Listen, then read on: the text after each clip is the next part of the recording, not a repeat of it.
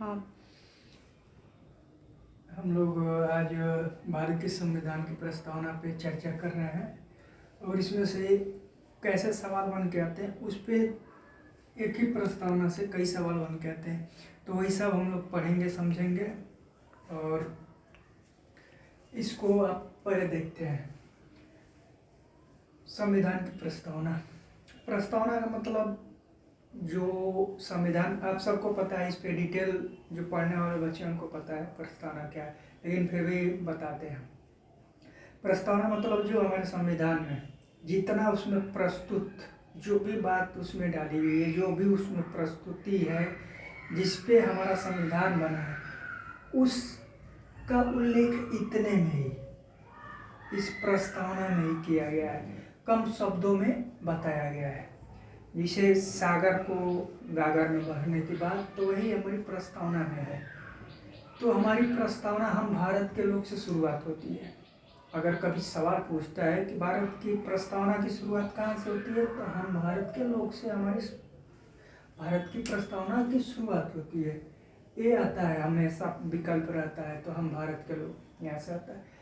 देखिए, हम अपनी प्रस्तावना को एक झलक पढ़ते हैं। हम भारत के लोग भारत को एक संपूर्ण प्रभुत्व संपन्न, समाजवादी, धर्मनिरपेक्ष, लोकतांत्रिक गणराज्य बनाने के लिए तथा उसके समस्त नागरिकों को सामाजिक, आर्थिक, राजनीतिक न्याय, विचार, अभिव्यक्ति, विश्वास, धर्म और उपासना की स्वतंत्रता, प्रतिष्ठा, अवसर की समता प्राप्त कराने के लिए तथा उन सब में व्यक्ति की गरिमा, राष्ट्र की एकता और अखंडता सुनिश्चित करने वाली बंधुता बनाने के लिए दृढ़ संकल्प होकर अपनी इस संविधान सभा को आज तारीख 26 नवंबर 1949 को मृत्यु मार्ग 7वीं 2006 विक्रमी द्वारा एदत्त इस संविधान को अंकृत, अधिनियमित और आत्मार्पित करते हैं। ये हमारा हो गया संविधान की प्रस्तावना।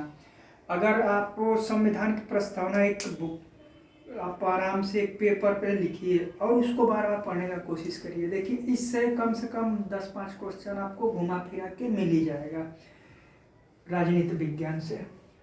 तो इसमें क्या सवाल आ सकते हैं उस पर हम बता रहे हैं। इसमें एक है भारत को संपूर्ण प्रभु संपन्न, एक शब्द आता है इसमें, संपूर्ण प्रभु संपन्न। ये होता क्या है? संपूर्ण प्रभुत्व मतलब होता है शासन, जो राज्य है जिसका शासन उसके अंडर में है। ये राज्य उत्तर प्रदेश, बिहार, झारखंड, ये राज्य की रूपरेखा नहीं है। राज्य की रूपरेखा क्या होती है उसको आगे हम लोग चर्चा करेंगे। लेकिन संपूर्ण प्रभुत्व संपन्न का मतलब जो आंतरिक और बाहरी, मतलब अंदर से और बाहर से। बाहर से मतलब जो हमारे विदेश मतलब हमारे सीमा से सटे, हमारे भारत से सटे जितने अन्य देश हैं उनसे और भारत के बीच में जो समझौता हो रहा है, जो भी फैसला लेना है भारत स्वयं लेगा अपना फैसला। तो वो जो अपना फैसला खुद लेता है वो संपूर्ण प्रभुत्व संपन्न उसको कहा जाता है। समाजवादी एक शब्द आता है। समाजवादी मतलब ये समाजवादी जो पार्टी उसकी बात नहीं है। समाजवादी मतलब को समानता का अधिकार, सबको एक समान देखना है, ऊंचा बड़ा कुछ नहीं, सब एक समान। समाजवादी का मतलब क्या होता है? एक शब्दों में ये समझा गया है कि जो ऊपर उठा हुआ व्यक्ति है और जो नीचे व्यक्ति है उसको कोशिश करना कि ये कुछ लेवल पे आ जाए। अब हम एक बात बता रहे हैं, किसी व्यक्ति द्वारा ही बताया गया है। तो समाजवादी का मतलब हमारे गुरुजी बताए, उनको कहीं से मिला था ये बात। समाजवादी मतलब टीला काटो पोखरा पाटो, एक शब्द हमने बोला टीला काटो। अगर देखते हैं ना, हम लोग गांव के लड़के, हम लोगों को पता है टीला इससे ऊंचा होता है, ठीक ऐसे टीला बना होता है, और पोखरा जो होगा वो गड्ढा जैसे रहेगा, थोड़ा दबा हुआ रहता है, जिस पोखरा तालाब जिसको बोलते हैं। तो ये है टीला काटो पोखरा पाटो, मतलब अगर ये ऊंचा है टीला जैसे, इसको हमने इस इतना से काट दिया, ये काट दिया, तो ये आपका ये हटा, और इसका जो मिट्टी है वो इसमें आया, तो ये समतल बना ना। तो जो ऊपर उठा हुआ व्यक्ति है, मतलब इस समाज में, उससे थोड़ा सा मदद लिया, जैसे भी जो भी हो, उसको हमने इस लाया, तो एक धरातल हमारा समतल जमीन बन गया। ये होता है समाजवाद। समाजवाद पार्टी नहीं, समाजवाद यह विचारधारा है समाजवाद।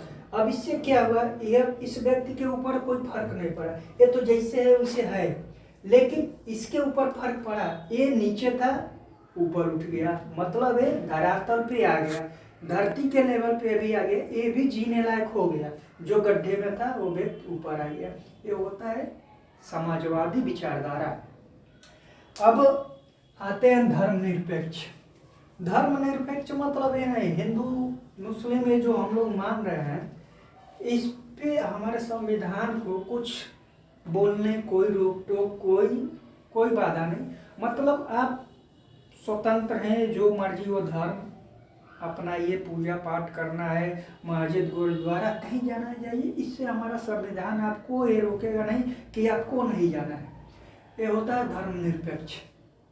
लोकतांत्रिक मतलब लोगों का तंत्र, गणराज्य, जहाँ लोग चुनाव के माध्यम से अपने गणनायक को चुनते हैं, उसको लोकतांत्रिक गणराज्य बोलते हैं। उसके बाद आगे चलते हैं हम लोग, सामाजिक, आर्थिक और राजनीतिक न्याय। कभी कभी पूछ देता है किस तरह का न्याय का बात हुआ है हमारे संविधान में, तो आएगा सामाजिक, आर्थिक और राजनीतिक न्याय। कैसा न्याय? सामाजिक भाईचारा जो भी है हमारा समाज में, आर्थिक और राजनीतिक, कोई कितना भी धन कमा सकता है, कोई उस पर पाबंदी नहीं है। समाज में आप कोई भी संस्था समाज सेवा कर सकते हैं, उस पर भी कोई आपको आपत्ति नहीं किसी तरह का। राजनीतिक, आप राजनीतिक चुनाव में भाग ले सकते हैं, ये है न्याय। इस तरह का न्याय हमको मिला है संविधान से। विचार, अगला आ रहा है विचार, अभिव्यक्ति, विश्वास, धर्म और उपासना की स्वतंत्रता। ये हुआ स्वतंत्रता। अगर पूछता है कभी सवाल कि कौन सी स्वतंत्रता की बात कही जा रही है संविधान में, तो विकल्प दे दे 4-5, उसमें ऑप्शन मिल जाए आपका, विचार मिल जाए, अभिव्यक्ति मिल जाए, विश्वास मिल जाए, धर्म, उपासना, इसमें से कोई ऑप्शन आता है तो बेधड़क मारिए, कोई दिक्कत नहीं है। स्वतंत्रता, कौन सी स्वतंत्रता की बात हो रही है? विचार, हमारा विचार है, हम स्वतंत्र हैं, हम अपने विचार से किसी को प्रभावित कर सकते हैं, किसी को अच्छा बना सकते हैं। अब ये नहीं कि बुरा विचार, विचार मतलब अच्छा विचार आपका होना चाहिए। अभिव्यक्ति, जो हमारे अंदर चीज़ है उसको व्यक्त करें, समाज में खड़े होकर 2-4 लोगों से बात करें, पढ़ाएं लिखाएं, कुछ भी करें, अपनी अभिव्यक्ति को व्यक्त करें, किसी और के पास पहुँचे। विश्वास, आपका जो विश्वास है, विश्वास की स्वतंत्रता, मतलब हम किसी पर विश्वास कर रहे हैं, वो भी हम पे कर रहे हैं, ट्रस्ट बोलते हैं जो भी, विश्वास की स्वतंत्रता। धर्म, आप धर्म के प्रति स्वतंत्र हैं। अभी धर्मनिरपेक्ष शब्द जो आया था उसी से भी जुड़ा हुआ है, आप धर्म के प्रति स्वतंत्र हैं। उपासना, हम व्रत त्योहार जो भी कर रहे हैं उस पर भी आप स्वतंत्र हैं, कोई रोक टोक नहीं। और उसके बाद अब अगला आता है प्रतिष्ठा, अवसर की समता।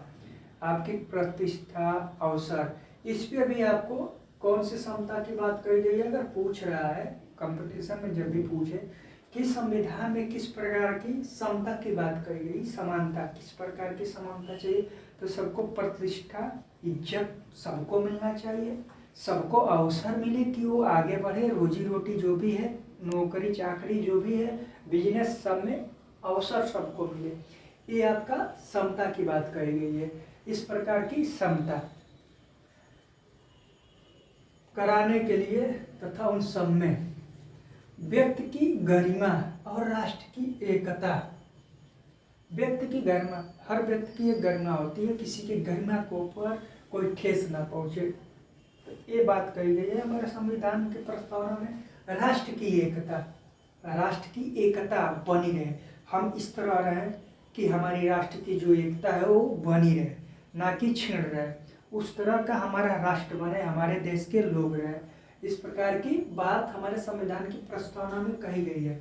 अखंडता एक शब्द आता है सुनिश्चित करने के लिए। अखंडता मतलब जो एक खंड तोड़ तोड़ के बनते हैं उसको तोड़ना नहीं, एक में इसको बना के रखना है, अपने राष्ट्र को एक बना के रखना है। ये यूपी, बिहार, गुजरात, महाराष्ट्र, आंध्र प्रदेश, तेलंगाना जो भी है सबकी बात नहीं, भारत एक है। अखंडता सुनिश्चित रहे अपने।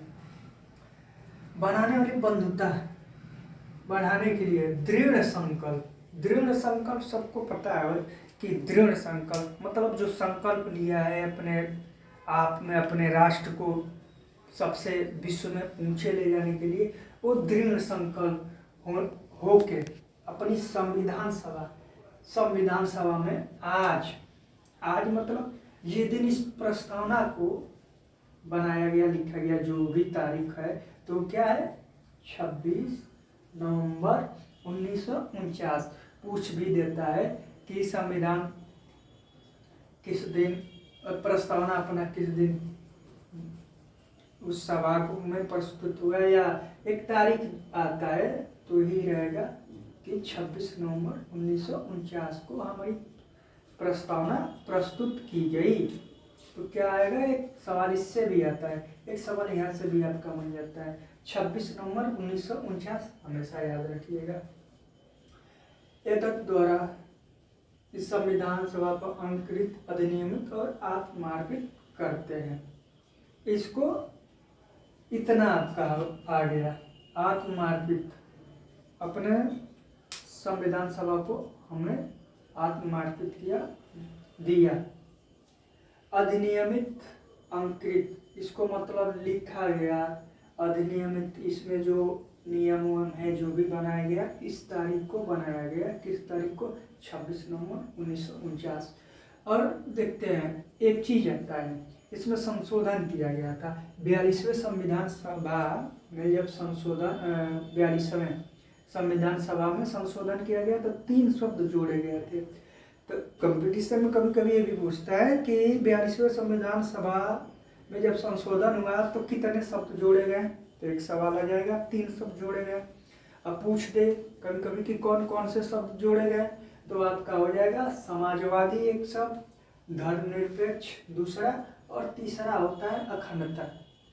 ये 3 चीज ऑप्शन में आएगा, 3 में से एक कोई, या ये पूछ दे कितने शब्द जोड़े गए, ये भी हो गया। या घुमा दे इसको, ये लिख दे समाजवादी, धर्मनिरपेक्ष, अखंडता कौन से संविधान सभा संशोधन के द्वारा ये जोड़े गए थे, तो 42वें। या इससे पूछे कि 42वें संविधान संशोधन में कौन कितने शब्द जोड़े गए, 3। या ऐसे पूछ दे कि समाजवादी, धर्मनिरपेक्ष, अखंडता, ये 3 शब्द जुड़े थे। चौथा ऑप्शन दे दे कौन नहीं जुड़ा है, कोई भी दे सकता है। तो ये 3 चीज याद रखिएगा।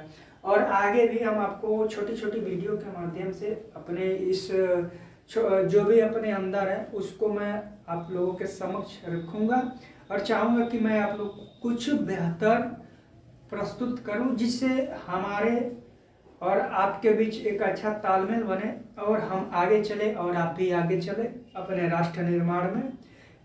यूट्यूब पे बहुत सारी वीडियो हम लोग देखते हैं, तो हमारे पास कुछ बचा नहीं था जो हम आप लोग के सामने रखे, तो इसीलिए किताबों से जुड़े और अपने अंदर जो भी किताब का कीड़ा है, जो अपने अंदर राष्ट्रभक्ति जो अंदर बात है, उसको आप लोग के सामने रखेंगे।